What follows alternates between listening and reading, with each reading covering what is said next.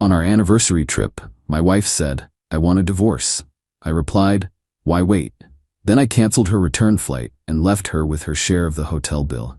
I landed to a call from my mother-in-law informing me she was being detained for the unpaid charges. I, 38 male, am writing this from my home office, the one she always said was cold and uninspired. Right now, cold and uninspired feels like a victory. 2 days ago, my wife Heather, 35, and I were on our 10th anniversary trip. A 5-star resort on a pristine beach. I booked the best suite, the one with the private plunge pool. I thought we were there to reconnect. We'd been drifting, but I figured a decade of marriage deserved a grand gesture, a real effort. On the night of our anniversary, at a restaurant where the wine list had its own table, she dropped it. Not with tears, not with regret, but with the cool efficiency of a project manager closing a dead-end account. "Tyler," she said, setting her fork down with a delicate click. "I need to be honest. This isn't working for me anymore. I want a divorce." For a second, the world went silent. The clinking of distant glasses, the soft music, it all faded into a dull roar in my ears. I just stared at her. The waiter was approaching with a dessert menu shaped like a seashell. I must have looked like a ghost because he stopped, gave a slight bow, and retreated. "What?" I finally managed to get out. It felt like I was forcing the word through a throat full of sand. "I've outgrown this," she said, gesturing vaguely between us. "I feel like I'm playing a part, the dutiful wife. I want to find my own path, my own happiness." It was the corporate speak, the detached, HR-approved breakup language that cut through the shock. This wasn't a moment of emotional crisis for her. This was a scheduled announcement. My mind raced, trying to catch up. I asked the obvious question, the one you have to ask. "Is there someone else?" She gave a little sigh, a puff of annoyance, as if I was being difficult. "I've reconnected with someone, yes. Dennis, he's an artist. He sees me, Tyler. He sees my soul." Dennis, a name I'd heard. A guy she'd met at a gallery opening a few months back. I'd paid for her ticket to that gallery. I'd encouraged her to go, to network for her art career. The pieces started clicking into place with nauseating speed. Her recent late nights at the studio, her phone always angled away from me, the new, expensive perfume. This wasn't a decision. This was the final presentation of a plan that had been in the works for months. She had waited until I flew her thousands of miles away, to a place I paid for, to tell me she was leaving me for another man. The sheer, calculated disrespect of it was breathtaking. I felt a strange calm settle over me then. It wasn't a lack of emotion. It was the opposite. It was a surge of pure, cold clarity. A defense mechanism to keep myself from shattering right there at the table. She expected a scene. Tears. Pleading. A dramatic vacation-ruining fight where she could play the tragic heroine finally breaking free. I looked at her perfectly composed face, waiting for my outburst, and I decided in that instant I would not give her the satisfaction. I let the silence hang for a moment, then gave her a small, tight smile. "Why wait?" Her composure finally cracked, a flicker of genuine confusion. "What?" "For the divorce," I said, my voice steady, betraying none of the turmoil inside me. "You want it? I accept. Why wait until we get home? We can start now." I stood up, pulling my wallet out. I dropped enough cash on the table to cover my meal and half of the bottle of wine. "I'm gonna go pack.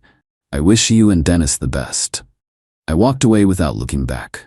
I could feel her eyes on my back, could feel the shock radiating off her. This wasn't in her script. Back in the suite, I moved with methodical speed. I packed my suitcase. Then I sat on the edge of the bed and made the call.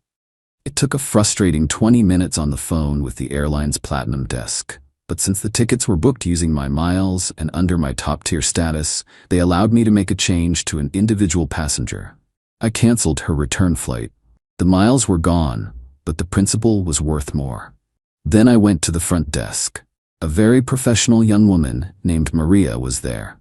I explained the situation calmly and politely. "My wife and I are separating, effective immediately. I will be checking out now. Please charge my half of the remaining nights on the room to my card, as well as all of my own incidentals, the bar tab from last night, my spa treatment. She will be staying and will be responsible for her half of the room from this point forward, plus any other charges she incurs." Maria looked concerned, but handled it with corporate efficiency. She split the bill as I requested. I paid my share, settled my accounts, and called for a taxi to the airport. I was on a red-eye flight within 2 hours. I landed this morning. Switched my phone off airplane mode. It buzzed alive with a storm of notifications. 23 missed calls from Heather. A string of increasingly frantic and angry texts. I didn't read them. I just blocked her number. A few minutes later, the phone rang again. It was my mother-in-law, Janet. I almost declined, but something made me answer. "Tyler, what have you done?" She shrieked, her voice a piercing nail on a chalkboard. "Janet, hello. I'm fine. Thanks for asking. Don't you dare be clever with me. Heather just called me, crying her eyes out. The hotel won't let her leave. They say she has an outstanding bill and they're holding her luggage. They have her in some back office. You have to call them and pay it. You abandoned her." I let her tirade wash over me. "No, Janet," I said, my voice flat. She ended the marriage. I simply accepted her decision and ended our shared vacation. Her bills are her own now. I suggest she call Dennis. He's the one who sees her soul, after all. Let's see if he sees her debt too. I hung up. Then I made a fresh pot of coffee and sat down in my cold, uninspired office. And you know what? It feels pretty damn good. Update 1. Well, it's been a week. A week of silence on my end and a whole lot of noise from everyone else. Thank you for the comments on my original post. It helped to know I wasn't crazy for reacting the way I did. A lot of you asked for an update, so here it is. The call with Janet was just the opening salvo. As I predicted, Heather had to call Dennis to wire her the money for the hotel bill and a new, last-minute, full-fare flight home. Janet later called back to inform me, in a tone dripping with acid, how humiliating it was for Heather to have to ask her new partner for money so soon. I told her that sounded like a them problem and to lose my number. Then came the texts from Heather's friends, all variations on the same theme. "Dude, WTF? You can't just leave her like that. She's devastated. You're being a monster." It was a coordinated campaign. Funny how none of them seemed to care about the fact that she cheated on me and broke up with me in the most calculated, insulting way possible. It was clear they'd only gotten the tragic heroine version of the story. Heather herself finally got a message through to me via email, since I'd blocked her number. It was a masterpiece of entitled delusion. She accused me of emotional violence and financial abuse. She demanded I reimburse her for the hotel bill and the exorbitant cost of her new flight. The bill from her boyfriend Dennis was apparently now my responsibility. The email ended with, "You owe me that, Tyler, after everything I sacrificed for our marriage." I just stared at that line, the sacrifices. Like the art studio I'd been paying the lease on for the last 2 years, a little creative space for her to find her passion. A $1,200 a month sacrifice, to be exact. Something about that made me curious. I've always been meticulous with finances. It's my job, after all. I'm an accountant. When something doesn't add up, I investigate. I started pulling up the old statements for the credit card I'd given her for business expenses related to the studio. Art supplies, marketing materials, that sort of thing. I was a guarantor on the account, but it was in her name. The first few things I saw made my stomach clench. A charge for a high-end dinner for 2 at a trendy downtown spot on a night she was supposedly networking at the studio. A charge from a luxury lingerie brand. Multiple charges for a high-end hotel in a city a few hours away. A hotel with a very romantic reputation. The dates matched up with a girl's weekend she had taken. The more I scrolled, the clearer the picture became. The art studio wasn't just a studio. It was a front. A slush fund for her affair. The money I thought was for canvas and paint was actually for champagne and secret getaways with Dennis, the soul-seeing artist. My brief moments of sadness over the last week, the nostalgia for the woman I married, it all evaporated. It was replaced by a cold, hard resolve. She didn't just want a divorce. She wanted to continue living the lifestyle I provided, but with him. She wanted her freedom, my money, and to be praised for her bravery while doing it. I spent the entire weekend creating a spreadsheet. Every questionable charge, every date, every lie she told me to cover it up. Yesterday, I hired the most ruthless divorce lawyer I could find. When I showed him the spreadsheet, he didn't even blink. He just smiled, a thin, predatory smile. "Well," he said, leaning back in his chair, "this should be straightforward. Heather thinks this is about the hotel bill. She thinks I had a moment of anger. She has no idea what's coming. She didn't just end a marriage. She started a war with an accountant. Big mistake. Update 2. It's been a month of tactical silence from my end and escalating entitlement from hers. Things have gotten messy, and I've discovered the rot goes deeper than I ever imagined. 2 weeks ago, I got a text from a number I didn't recognize. "Tyler, it's Dennis. We need to talk. Heather is very distressed. Be at your house tomorrow at 2 p.m. so she can get her things. We need to be adults about this." The sheer nerve. He wasn't asking, he was telling. And the "we" wasn't lost on me. They were a team now, coming to the home I paid for to demand things. I replied with one sentence, "My lawyer will be in touch to schedule a time with a third-party supervisor present." They didn't like that. They showed up anyway. I was at my desk when the doorbell rang. I looked at the security camera feed on my phone. There they were on my porch. Heather, looking tragically wronged, and Dennis, a guy with a stupid scarf wrapped around his neck, looking smug. He had his arm around her. I didn't open the door. I spoke through the speaker. "Heather, you are not welcome here unannounced. As I said, you need to go through my lawyer." "Don't be an infant, Tyler," she yelled, her voice cracking. "My entire life is in that house. My clothes, my art." Dennis stepped forward. "Mate, just open the door. Don't make this harder than it has to be. We just want her things so we can move on." The condescension, the mate, it was like a movie. I saw red, but I kept my voice flat. "This is my property. You are trespassing. I'm giving you 30 seconds to leave before I call the police." They actually stood there, whispering to each other, like they were deciding if I was bluffing. I counted to 20 and then dialed. When they saw me on the phone through the window, they finally scurried back to Dennis's beat-up convertible. The police arrived, took my statement, and I now have a record of them showing up unannounced. My lawyer was very pleased. But the real development came from my lawyer's office. I had told him about the studio I was funding, and he agreed it was a major financial point. As part of the discovery for the divorce, he subpoenaed all the financial records and contracts associated with her business. He called me last Tuesday. "Tyler, you're not going to believe this," he said, and I could hear the excitement in his voice. "I'm holding the lease agreement for the studio space. About a year ago, your wife and Mr. Dennis Vance co-signed a new lease with the landlord, re-registering the space as a commercial entity called Vance Gallery. They were building his commercial art gallery in his name, while you were still paying the rent via the original auto draft you set up. It's airtight." I felt the blood drain from my face. She had converted her private "I need to find myself" studio, which I was funding, into a commercial gallery for her boyfriend. She'd put his name on the lease with hers, making them business partners, all while my money was paying the rent. They were building their future on my foundation. My lawyer's voice cut through my shock. "This changes everything, Tyler. This isn't just infidelity. This is fraud. We can go after both of them." So the new plan is in motion. We are no longer just arguing about assets in the divorce. We are filing a separate civil suit for fraud against both Heather and Dennis.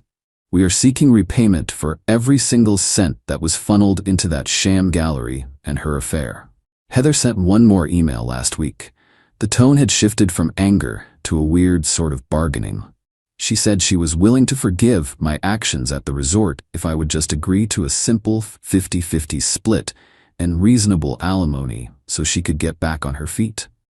She still has no idea. She thinks she's negotiating the end of a marriage. She doesn't realize she's a defendant in a fraud case. They wanted to be adults about this. Well, they're about to get a very adult lesson in consequences. TLDR, Heather and her boyfriend showed up demanding her stuff. I called the cops.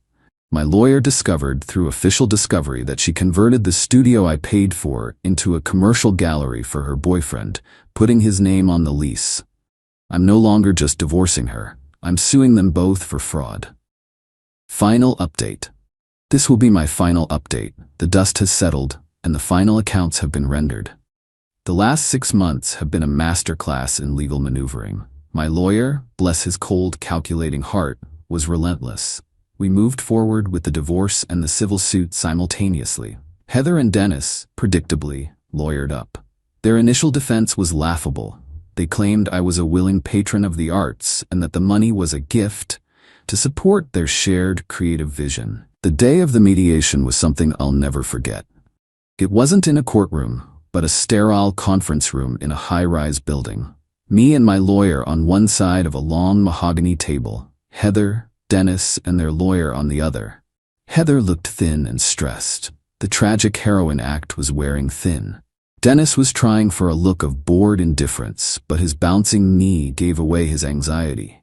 They still had an air of arrogance about them, like this was all just a messy, inconvenient misunderstanding that a check from me would solve.